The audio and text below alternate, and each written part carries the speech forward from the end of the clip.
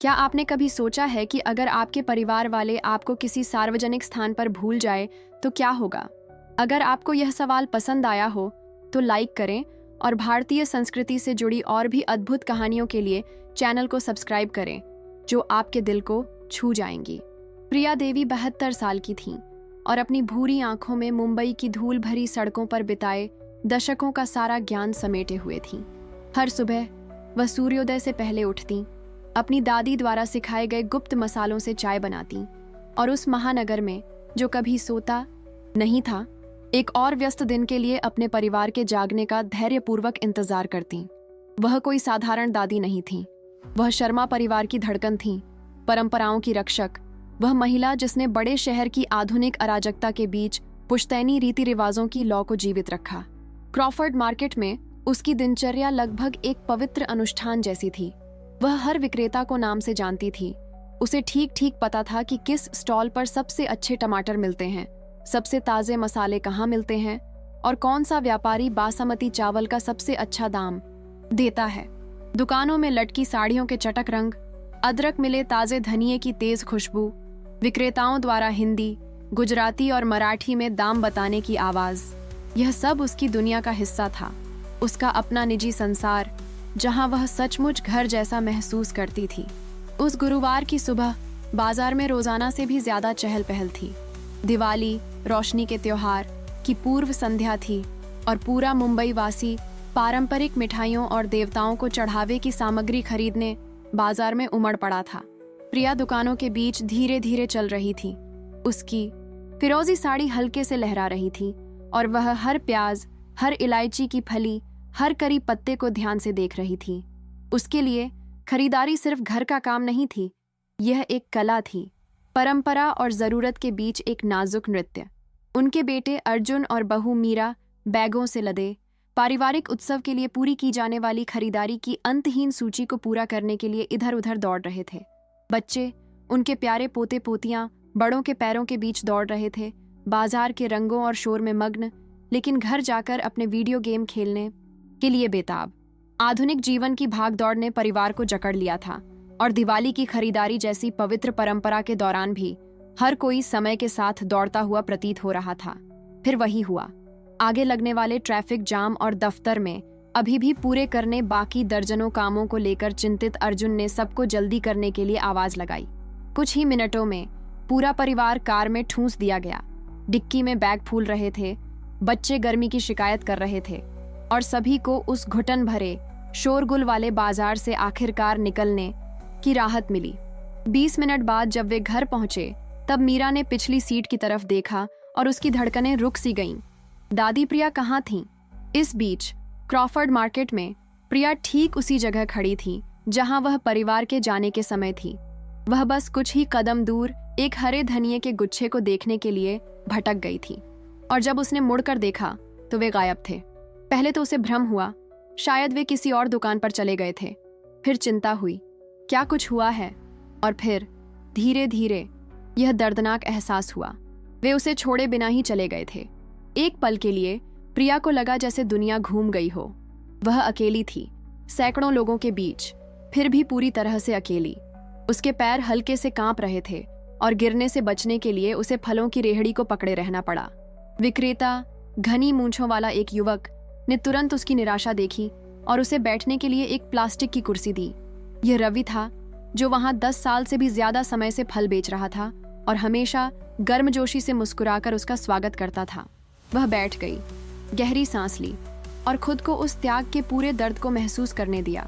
बात सिर्फ यह नहीं थी कि उसे भुला दिया गया था, बल्कि यह क्या दर्शाता था। एक ऐसी संस्कृति में जहां बुजुर्गों का सम्मान किया जाता है, जहां दादा दादी की बुद्धिमत्ता को पवित्र निधि माना जाता है, उसे बस भुला दिया गया था। जैसे कोई शॉपिंग बैग पीछे छूट गया हो, जैसे कोई छाता किसी रेस्टोरेंट में छोड़ दिया गया हो। विडंबना बहुत क्रूर थी। वह जिसने अपना पूरा जीवन अपने परिवार की देखभाल करने, परंपराओं को जीवित रखने, सबके लिए भावनात्मक आधार बनने में समर्पित कर दिया था। लेकिन प्रिया कोई साधारण महिला नहीं थी। ऐसे दौर में जन्मी जब भारतीय महिलाओं को मजबूरी में मजबूत होना पड़ता था। एक ऐसी माँ ने पाला जिसने भारत के विभाजन का अटूट साहस के साथ सामना किया था। उनकी रगों में उन पीढ़ियों की महिलाओं का लचीलापन था जिन्होंने मुश्किलों को ताकत में बदल दिया था। कुछ मिनटों के मौन शोक के बाद उन्होंने अपने आंसू पोंछे, रवि को उनकी दयालुता के लिए धन्यवाद दिया और एक ऐसा फैसला लिया जिसने न सिर्फ उनकी बल्कि उनके आसपास के पूरे समुदाय की जिंदगी बदल दी। वह चलने लगी, कहीं जाने की जल्दी में नहीं। उसने उस शहर को सचमुच देखने का फैसला किया जो इतने दशकों से उसका घर था, लेकिन जिसे उसने हमेशा कार की खिड़की से या बाजार और घर के बीच जल्दी जल्दी टहलते हुए ही देखा था। सालों में पहली बार प्रिया सचमुच आजाद थीं, अपनी जानी पहचानी दिनचर्या की चार दीवारी से बाहर, दुनिया को तलाशने, जानने और उससे जुड़ने के लिए। उसकी पहली मुलाकात उन्हीं दुकानों पर हुई जहां वह अक्सर जाता था, लेकिन अब उस पर जल्दी से सामान खरीदकर घर पहुंचने का दबाव नहीं था। उसने कमला नाम की मसाला विक्रेता से लंबी बातचीत की, जिसे वह 20 सालों से जानता था, लेकिन जिससे उसे कभी खुलकर बात करने का समय नहीं मिला था। उसे पता चला कि कमला के पति का हाल ही में देहांत हुआ था और वह अकेले ही अपना कारोबार चलाने के लिए संघर्ष कर रही थी। परिवार के बजट प्रबंधन के अपने दशकों के अनुभव के साथ प्रिया ने वित्तीय प्रबंधन और आपूर्तिकर्ताओं से बातचीत करने के बारे में व्यावहारिक सलाह दी। अगले स्टॉल पर उसकी मुलाकात दीपक नाम के एक युवक से हुई जो अभी अभी एक ग्रामीण इलाके से आया था और जैविक सब्जियां बेचने का व्यवसाय शुरू करने की कोशिश कर रहा था। वह निराश था क्योंकि ग्राहक ज्यादा स्थापित विक्रेताओं से ही खरीदना पसंद करते थे, भले ही उनके उत्पाद बेहतर गुणवत्ता के होते थे। प्रिया ने उसके साथ 1 घंटा बातचीत की और बताया कि कैसे उसके अपने पिता ने दशकों पहले एक छोटा सा कपड़ा व्यवसाय शुरू किया था और उन्हें भी ऐसी ही चुनौतियों का सामना करना पड़ा था। उसके प्रोत्साहन भरे शब्दों और व्यावहारिक सलाह ने उस युवक की आंखों में आशा की किरण जगा दी। बाजार से सटी गलियों से गुजरते हुए प्रिया को कुछ ऐसी चीजें नजर आने लगीं जो उसने पहले कभी नहीं देखी थीं। एक प्राथमिक विद्यालय जहां बच्चे आंगन में खेल रहे थे, 2 आधुनिक दुकानों के बीच छिपा एक छोटा सा प्राचीन मंदिर, एक बेंच पर बैठी बुजुर्ग महिलाओं का एक समूह कहानियां और हंसी मजाक कर रहा था। वह रुककर देखने, सुनने, उस दुनिया में सचमुच मौजूद होने के लिए रुकी जो हमेशा से उसके आसपास थी, लेकिन जिसे देखने के लिए उसने कभी समय नहीं निकाला था। मंदिर के पास ही उसकी मुलाकात लक्ष्मी से हुई, जो उससे कुछ साल छोटी थी और एक बेंच पर अकेली बैठी उदास भाव से देख रही थी। प्रिया अपनी मातृभावना का पालन करते हुए उसके पास बैठ गई और धीरे से पूछा कि सब ठीक तो है। एक अजनबी की दयालुता से आश्चर्यचकित लक्ष्मी ने अपना दिल खोल दिया। 60 साल की उम्र में हाल ही में उसकी नौकरी छूटी थी और वह खुद को दुनिया से भुला हुआ, बेकार और अदृश्य महसूस कर रही थी। उसके अपने शब्द प्रिया की आत्मा में गूंज रहे थे, दुनिया से भुला हुआ। अगले 2 घंटों तक दोनों महिलाएं पुरानी सहेलियों की तरह बातें करती रहीं। प्रिया ने उस सुबह का अपना अनुभव साझा किया, त्याग की भावना के बारे में, लेकिन साथ ही उस अप्रत्याशित मुक्ति के बारे में भी जो उसने पाई थी। उसने बताया कि कैसे उसने इतने साल सिर्फ दूसरों के जरिए, एक माँ, एक पत्नी, एक दादी, खुद को परिभाषित करते हुए बिताए थे कि वह भूल गई थी कि वह एक व्यक्ति के रूप में कौन है। लक्ष्मी मंत्रमुग्ध होकर सुन रही थी। उसने प्रिया में न सिर्फ एक पीड़ित महिला को देखा, बल्कि एक ऐसी महिला को भी देखा जिसने एक ऐसी ताकत पाई थी जिसके बारे में उसे खुद पता भी नहीं था कि वह उसमें है। जब उन्होंने आखिरकार अलविदा कहा तो लक्ष्मी पूरी तरह बदल चुकी थी। प्रिया ने न सिर्फ एक संकटग्रस्त महिला को दिलासा दिया था, बल्कि आशा और आत्मखोज के बीज बोए थे जो आने वाले दिनों में खिलेंगे। और बदले में प्रिया को अपने बारे में एक आश्चर्यजनक बात पता चली। सुनने, सलाह देने और दूसरों को अपनी आंतरिक शक्ति खोजने के लिए प्रेरित करने की उनमें स्वाभाविक क्षमता थी। दोनों महिलाओं के बीच मुलाकात की खबर स्थानीय समुदाय में तेजी से फैल गई। भारत में खासकर पारंपरिक इलाकों में निजी कहानियां नदियों की तरह बहती हैं जो सामाजिक जीवन को पोषित करती हैं। मसाला विक्रेता कमला ने अपने ग्राहकों को उस बुद्धिमान महिला के बारे में बताया जिसने उसे बहुमूल्य वित्तीय सलाह दी थी। दीपक ने दूसरे दुकानदारों को उस प्रेरक महिला के बारे में बताया जिसने उसके व्यवसाय में उसका विश्वास फिर से जगा दिया था। इस मुलाकात से लक्ष्मी में बदलाव आया और वह पड़ोस की अन्य बुजुर्ग महिलाओं से मिलने लगी और उन्हें अपने ज्ञानवर्धक शब्द बताने लगी। कुछ ही दिनों में लोग प्रिया को ढूंढने लगे। पहले तो समुदाय की कुछ महिलाएं ही थीं जिन्होंने उसकी सलाह सुनी थी। फिर युवा उद्यमी आए जो उसके अनुभव से सीखना चाहते थे। जल्द ही पूरे परिवार उसके पास आने लगे और पीढ़ियों के आपसी झगड़ों आर्थिक समस्याओं और करियर की दुविधाओं को सुलझाने के लिए मार्गदर्शन लेने लगे। प्रिया को पता चला कि उनमें विवादों को सुलझाने की स्वाभाविक प्रतिभा है। उनके अनूठे दृष्टिकोण में पारंपरिक भारतीय ज्ञान और मानव मनोविज्ञान की गहरी समझ का सम्मिश्रण था। वह पहले से तैयार समाधान नहीं देती थीं, बल्कि ऐसे प्रश्न पूछती थीं जिनसे लोगों को अपने उत्तर स्वयं खोजने में मदद मिलती थी। मार्मिक सरलता से कही गई उनकी व्यक्तिगत कहानियों में दृष्टिकोण बदलने और भावनात्मक घावों को भरने की शक्ति थी। तलाक पर विचार कर रहे एक युवा जोड़े ने उनकी बढ़ती प्रतिष्ठा के बारे में सुनकर उनसे संपर्क किया। 3 घंटे तक प्रिया ने उनकी बातें सुनी, विचारपूर्ण प्रश्न पूछे और अपनी शादी के किस्से सुनाए। न कि रिश्ते को आदर्श बनाया, बल्कि यह दिखाया कि कैसे 2 लोग चुनौतियों के बावजूद एक साथ आगे बढ़ सकते हैं। बातचीत के अंत तक इस जोड़े ने न केवल अपनी शादी को बचाने की कोशिश करने का फैसला किया, बल्कि एक दूसरे से संवाद करने और एक दूसरे को समझने का एक नया तरीका भी खोज लिया। प्रिया की ख्याति क्रॉफर्ड मार्केट से आगे तक फैल गई। स्थानीय पत्रकारों को उस बुद्धिमान दादी के बारे में पता चलने लगा, जो मुंबई के सबसे व्यस्त इलाकों में से एक में लोगों के जीवन में बदलाव ला रही थीं। एक युवा पत्रकार जो शुरू में एक और भावुक कहानी को लेकर संशय में था, प्रिया का साक्षात्कार लेने गया और इस अनुभव से पूरी तरह बदल गया। उसने 72 साल की उम्र में अपनी ताकत खोजने वाली महिला शीर्षक से जो लेख लिखा था, वह दर्जनों प्रकाशनों में पुनः प्रकाशित हुआ और सोशल मीडिया पर वायरल हो गया। सामुदायिक संगठनों ने प्रिया को अपने कार्यक्रमों में बोलने के लिए आमंत्रित करना शुरू कर दिया। उनका पहला भाषण एक स्थानीय सामुदायिक केंद्र में लगभग 50 लोगों के समूह के सामने हुआ। उन्होंने लचीलेपन, जीवन के किसी भी पड़ाव पर उद्देश्य खोजने और वृद्ध लोगों की बुद्धिमत्ता को महत्व देने के महत्व पर बात की। अपनी बात कहने का उनका सरल और प्रामाणिक तरीका प्रभावशाली व्यक्तिगत कहानियों के साथ मिलकर श्रोताओं को गहराई से छू गया। कई लोग रोए, कई हंसे और सभी प्रेरित होकर वहां से गए। निमंत्रणों की बाढ़ आ गई। प्रिया स्कूलों में भाषण देने लगीं और युवाओं को बड़ों के प्रति सम्मान और सांस्कृतिक परंपराओं का पाठ पढ़ाने लगीं। उन्होंने कंपनियों में भाषण दिए, जहां तनावग्रस्त अधिकारियों ने कार्य जीवन संतुलन और सहानुभूतिपूर्ण नेतृत्व के बारे में बहुमूल्य सबक सीखे। वे टेलीविजन शो में भी दिखाई दीं, जहां उनकी शांत उपस्थिति और ज्ञानवर्धक शब्द आधुनिक मीडिया की उन्मत्त गति के बिल्कुल विपरीत थे। लेकिन बाजार में भुला दिए जाने के ठीक 3 महीने बाद एक स्थानीय दिवाली उत्सव के दौरान प्रिया ने अपनी नई यात्रा के सबसे परिवर्तनकारी क्षण का अनुभव किया। उसे इस कार्यक्रम के लिए मुख्य वक्ता के रूप में आमंत्रित किया गया था, जिसमें मोहल्ले के मुख्य चौराहे पर 1000 से ज्यादा लोग एकत्रित होने वाले थे। जब वह हजारों दियों, पारंपरिक तेल के दियों से जगमगाते मंच पर पहुंची, तो उसने भीड़ में जाने पहचाने चेहरे देखे। कमला, दीपक, लक्ष्मी, वह युवा जोड़ा जिसकी उसने मदद की थी, और दर्जनों अन्य लोग जिनके जीवन को उसने छुआ था।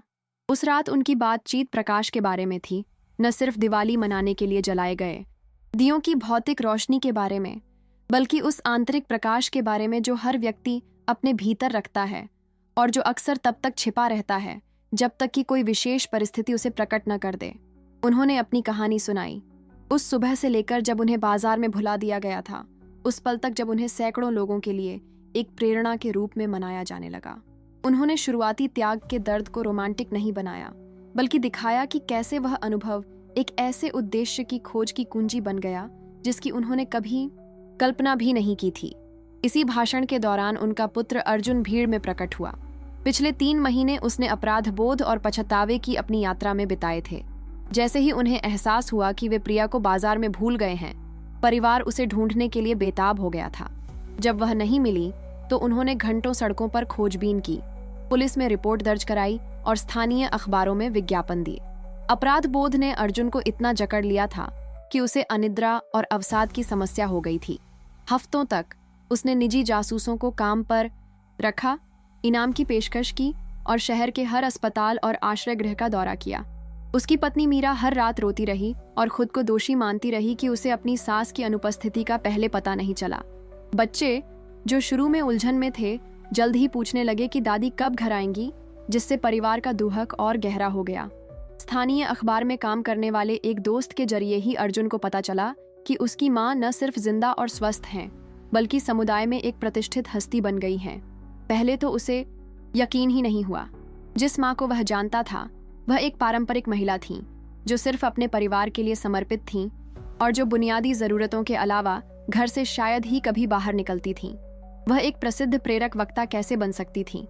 हफ्तों तक वह दूर से देखता रहा, उसके बारे में लेख पढ़ता रहा, टेलीविजन इंटरव्यू देखता रहा।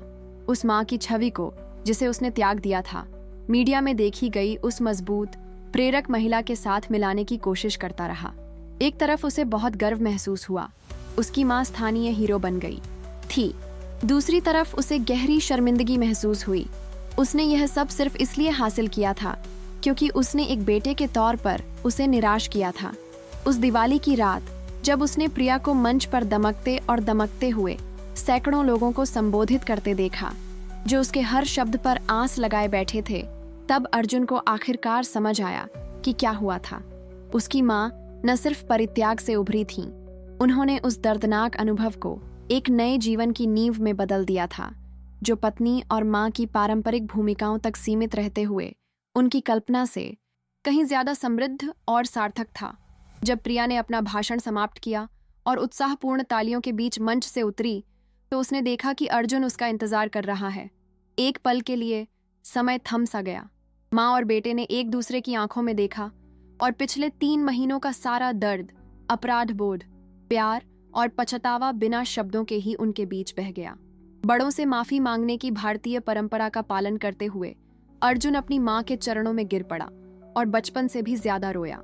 आंखों में आंसू लिए प्रिया ने उसे धीरे से उठाया और गले लगा लिया। कोई आरोप प्रत्यारोप नहीं था, कोई नाटक नहीं था, कोई टकराव नहीं था। बस एक माँ का निस्वार्थ प्रेम था और एक बेटे का सच्चा पश्चाताप, जिसने एक बेहद अनमोल सबक सीखा था कि जब तक हमारे पास समय है, हम जिनसे प्यार करते हैं उनकी कद्र करते रहें। लेकिन अर्जुन के आश्चर्य की शुरुआत तो बस शुरुआत थी। उस रात जब वे घर पहुंचे तो उसे पता चला कि प्रिया ने अपना एक छोटा सा अपार्टमेंट किराए पर ले लिया है। एक अनौपचारिक परामर्श व्यवसाय शुरू कर दिया है, जहां वह सलाह चाहने वाले लोगों से सलाह लेती है और अपने अनुभवों पर एक किताब लिखने की योजना बना रही है। उसकी माँ 72 साल की उम्र में जीवन में पहली बार पूरी तरह से स्वतंत्र और आत्मनिर्भर हो गई थीं। मीरा और बच्चे अपनी दादी को फिर से देखकर खुशी से रो पड़े, लेकिन वे उस बदलाव से मंत्रमुग्ध भी थे जो उन्होंने देखा था। घर लौटी महिला वही प्रिया थी जिसे वे जानते और प्यार करते थे, लेकिन कुछ नया था। एक आत्मविश्वास, एक शांति, एक आंतरिक शक्ति जो उसके हर हाव भाव और शब्द से झलक रही थी। अब वह सिर्फ अपने पारिवारिक रिश्तों से परिभाषित नहीं थी, वह सचमुच एक संपूर्ण इंसान बन गई थी। अगले कुछ हफ्तों में परिवार का माहौल पूरी तरह बदल गया। प्रिया ने एक परामर्शदाता और वक्ता के रूप में अपना नया करियर जारी रखा, लेकिन साथ ही पारिवारिक जीवन में भी अपनी भागीदारी फिर से शुरू कर दी। इस बार एक सचेत निर्णय के रूप में, किसी बाध्यता के रूप में नहीं। उनके पोते पोतियों ने उन्हें नई नजर से देखा। वे अपनी प्रसिद्ध दादी से प्रभावित थे, जो टेलीविजन पर दिखाई देती थीं और जिनका बड़े बड़े लोग सम्मान करते थे। अर्जुन और मीरा ने न केवल उनके द्वारा उनके लिए किए गए कार्यों की, बल्कि एक व्यक्ति के रूप में उनके व्यक्तित्व की भी कद्र करना सीखा। प्रिया की कहानी मुंबई से कहीं आगे तक फैल गई। उनके व्याख्यानों के लिए दूसरे शहरों में भी आमंत्रित किए जाने लगे। उनकी किताब, जो अंततः प्रकाशित हुई, राष्ट्रीय स्तर पर बेस्ट सेलर बन गई। वृत्तचित्र, फिल्म निर्माताओं ने उनके सफर पर फिल्में बनाई। विश्वविद्यालयों ने उन्हें सक्रिय वृद्धावस्था और महिला सशक्तिकरण पर बोलने के लिए आमंत्रित किया। लेकिन शायद उनके इस बदलाव का सबसे अहम असर यह हुआ कि लोग अपने परिवारों में बुजुर्गों को किस नजरिए से देखने और उनके साथ व्यवहार करने लगे। एक ऐसी महिला की कहानी जिसे कभी भुला दिया गया था और जो एक स्टार बन गई, ने हजारों भारतीय परिवारों को अपने बुजुर्गों के साथ अपने रिश्तों पर पुनर्विचार करने के लिए प्रेरित किया। संगठनों ने ऐसे कार्यक्रम बनाने शुरू किए जो बुजुर्गों के ज्ञान और अनुभव का ज्यादा सार्थक इस्तेमाल करते थे। स्थानीय सरकार ने ऐसी पहल लागू की जिनसे बुजुर्गों को समुदाय में सक्रिय रूप से भाग लेने के ज्यादा अवसर मिले। प्रिया एक प्रेरणादायक वक्ता से कहीं बढ़कर बन गई थीं। वे परिवर्तन की प्रतीक बन गई थीं, इस बात का जीता जागता सबूत कि नए उद्देश्य खोजने, नई प्रतिभाओं को विकसित करने और दुनिया पर एक महत्वपूर्ण प्रभाव डालने में कभी देर नहीं होती। उनकी कहानी ने मानवीय अनुभव में एक सार्वभौमिक चीज को छुआ, मूल्यवान बनने की इच्छा, उद्देश्य पाने की इच्छा और दूसरों के जीवन में बदलाव लाने की इच्छा। क्रॉफर्ड मार्केट की उस मनहूस सुबह के 1 साल बाद प्रिया अपने नए दफ्तर में बैठी थी। एक युवा माँ की सेवा कर रही थी जो अपने करियर और मातृत्व के बीच संतुलन बनाने की जद्दोजहद में लगी थी।